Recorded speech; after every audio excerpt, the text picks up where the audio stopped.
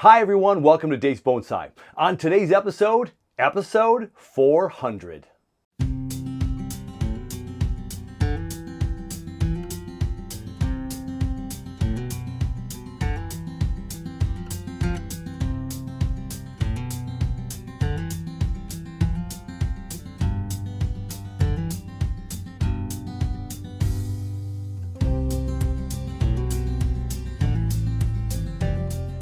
Welcome into the PSGF, everyone, the passive solar green frame, kind of my home away from home. This is amazing. I am really awestruck at the fact that I have put together 400 videos to share with all of you. And I have to thank all of you for, if it wasn't for all of you, I wouldn't be here right now with episode number 400. Your support and goodwill over the last few years, this is the 6th year of the show, has been overwhelming. So thank you about 400 times. Now today I want to talk about a couple of things. I want to talk about a couple of shows. I want to revisit a few things and talk a few numbers. I also am going to take a road trip this year. Stay tuned for that. I've got to talk to all of you about this road trip. I need your opinions. And then I might have an update or two on the trees, the PSGF, and a package in the mail that came just yesterday that I've been thinking about in my head for a good couple of years, and I finally bit the bullet and had someone create it for me. What's that? Well, you gotta stick around for that too. First up, some numbers. As of the posting of this video, over 5,660 subscribers. Thank you to each and every one of you. It blows my mind. This is episode number 400, and total lifetime views now over 610,000. I have to say that those numbers just blow me away, and I just feel so blessed and so privileged that you take a little chunk of your busy schedule to allow me into your home and to just watch a little bit about me yapping and gabbing, blurting about my passion of bonsai. So thanks again. I'll probably say thanks a few hundred more times. So let's quickly talk about two videos. I recently watched an episode that Xavier from Xavier's Bonsai Retreat put out talking about the monetization of your YouTube channel and some of the surprises that you realize pretty quickly. The big one is never really knowing which video you produce is going to hit big. Dare I say go viral? Yeah, I haven't had one of those yet, but I have had a few of the duds on the other side of the spectrum, so we'll check a video on both ends of those and talk about them just a bit. To date, my highest viewed video is not even about really a tree. It's a plant. My number one viewed video and consequently most lucrative video is episode number 67. That's right, the Thanksgiving versus Christmas cactus. How crazy is that? One of my fellow MBS club members still says, I just can't see it, Dave. Yeah, not your traditional bonsai, but all part of my journey to explore and experiment. Oh, and by the way, Xavier, that episode has earned me over $360 to date. And a stat I find interesting from this video is that it gained me 498 subscribers. I wonder how many of those even have bonsai. Incidentally, the next highest viewed video on all of my 400 videos is another video about the Thanksgiving/Christmas cactus. Yeah, go figure. So how about the dud? I'm happy to report that most of my videos have been viewed about 1,000 times or more, and then there's that 750 to 1,000 range, and there's a group that's 750 and below. Now, there have been plenty of duds, but this one seemed to sting just a little bit more. Now, of course, I didn't have a lot of viewers in the beginning, not as many subscribers, so the numbers just weren't going to get there, right, unless people were discovering the channel. Yeah, but this one, I put so much effort into the whole series. Yeah, that's the problem.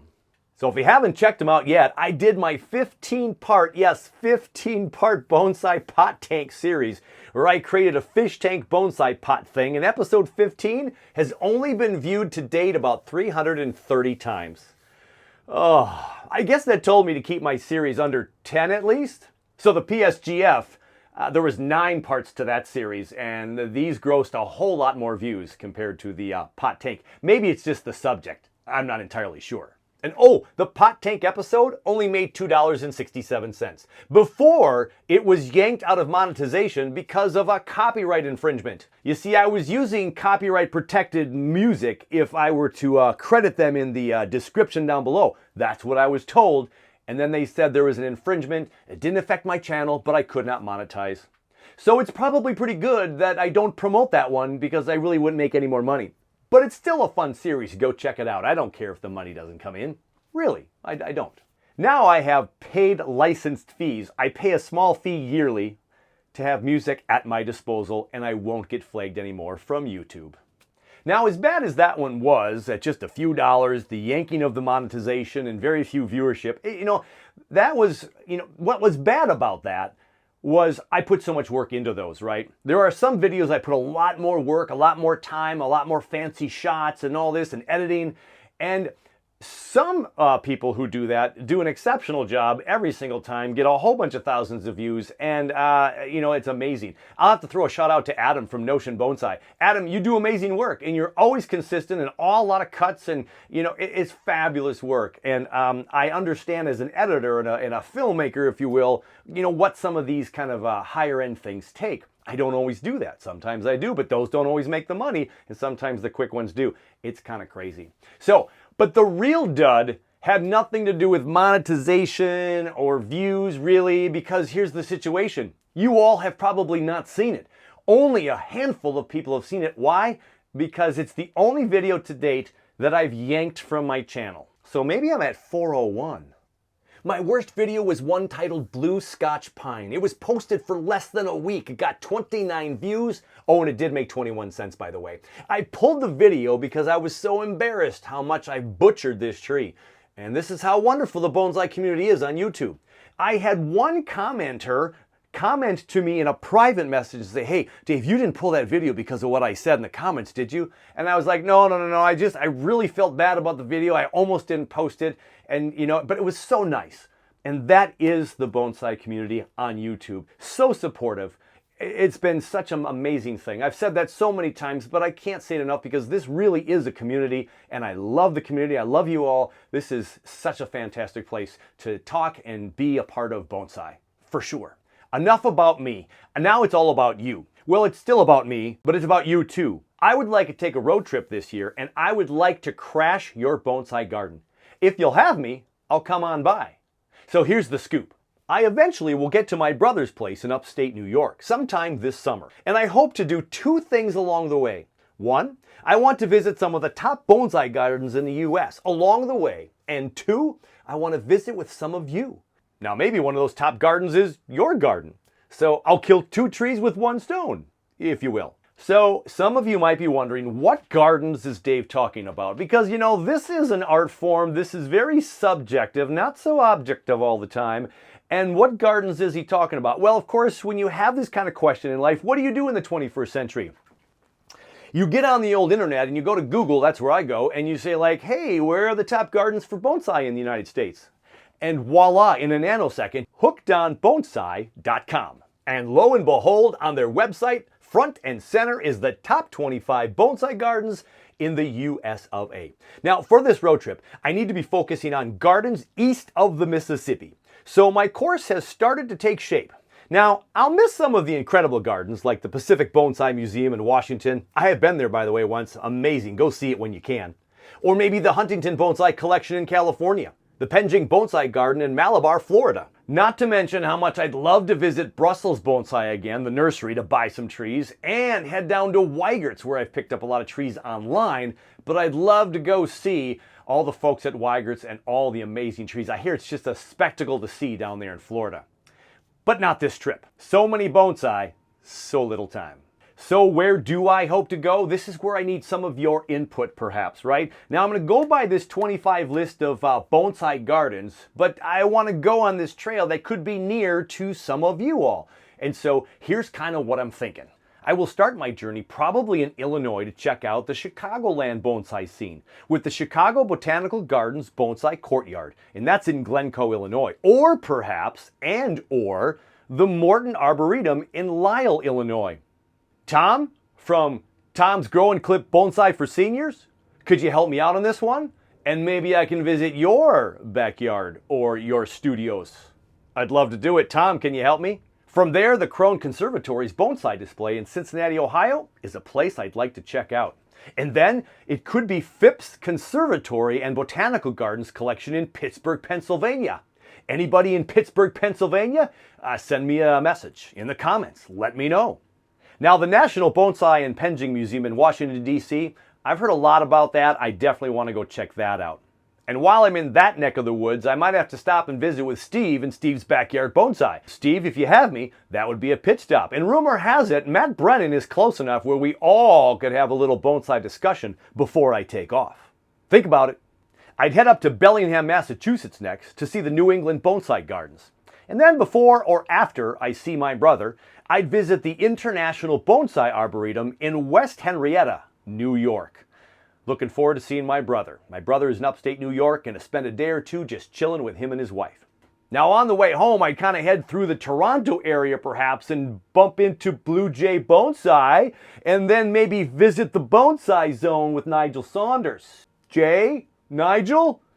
Comments below? I'd continue back west to visit, I believe it's the Mathai Botanical Gardens and Nichols Arboretum, and that's at the University of Michigan in Ann Arbor, before I make my final stop at Frederick Meyer Garden and Sculpture Park's Bonsai exhibit, and that's in Grand Rapids, Michigan. I'm going to cross the big lake, Michigan that is, on a ferry in my car parked, so I can just take a little snooze or just enjoy the water, and then I'll land in the Milwaukee area and then drive the rest of the way home. Yeah, this is a big trip, and by myself, but I think it'll be fun, and if I can talk to some bonsai people along the way, I will be so full of energy.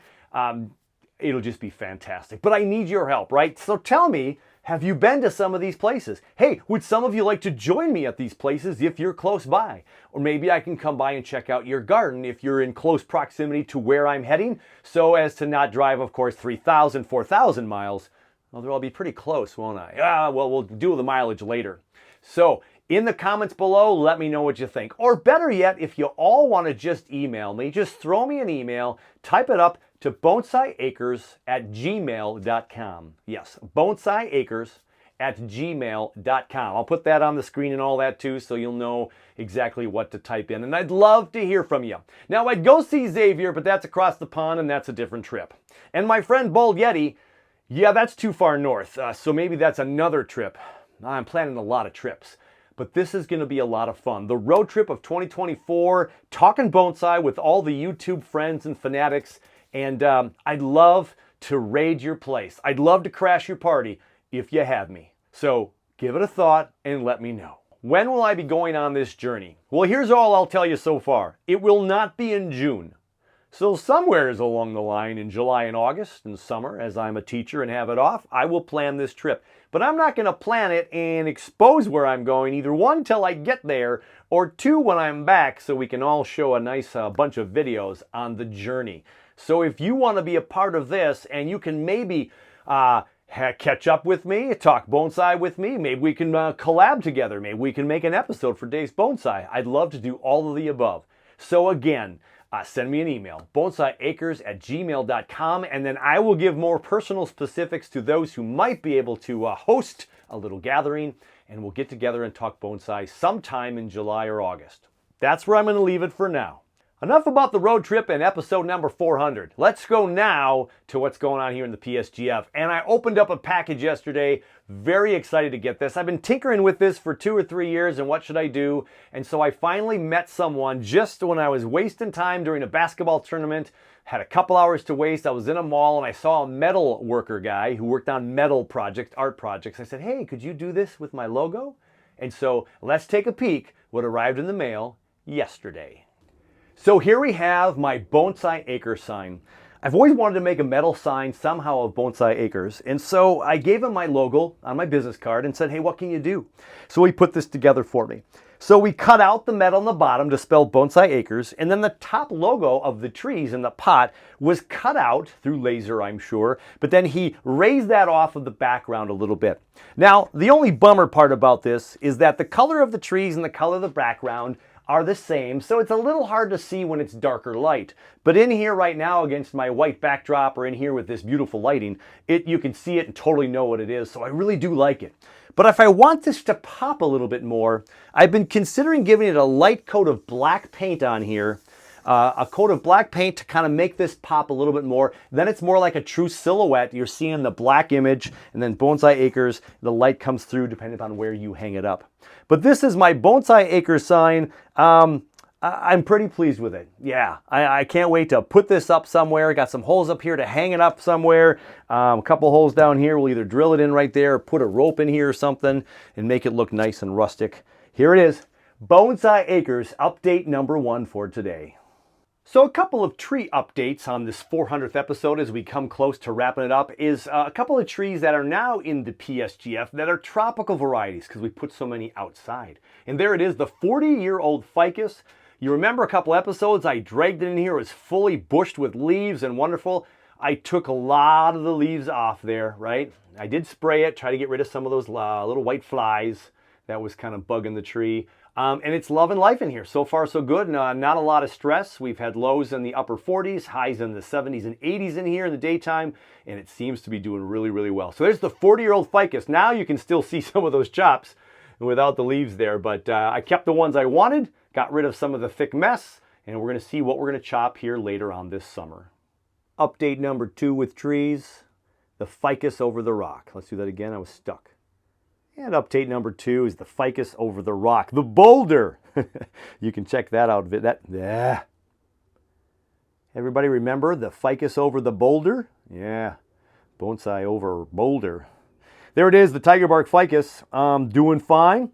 We're out here in the PSGF with it now too. I've got some tea bags on there to give it lots of fertilizer. It sure seems to be liking life, and we got a couple of new buds on the top there, a couple newer growth leaves there. So it's been growing, it's staying alive, not shedding anything.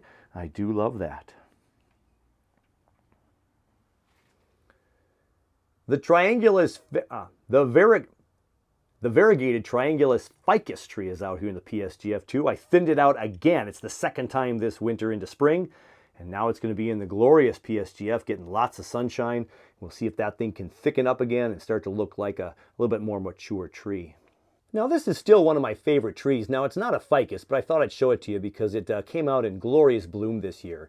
So this is one of my barberry bushes I dug up from my dad's place, and it's got that real gnarly trunk bottom there that had a whole bunch of, you can see all the old trunks that were on there. Those have all died off. We're going to clean it up later, but it's just got a fun little tiny little shape going on here. The leaves are fantastic, great size, great color in the fall.